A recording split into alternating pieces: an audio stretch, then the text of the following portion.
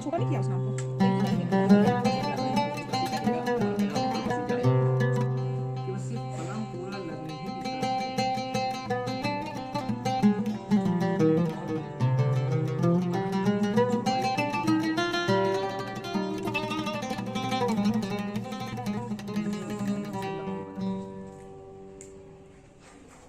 अब उसमें क्या होना है, अब आदमी को लगता है कि हम बना नहीं पा रहे हुरूफ और वो सही से आ नहीं पा रहा है, धोखा ही होता है कि ऊपर की लाइन ही करना चाहते उसमें अगर जो धीमे करते हो फिर भी ठीक बन जाता है।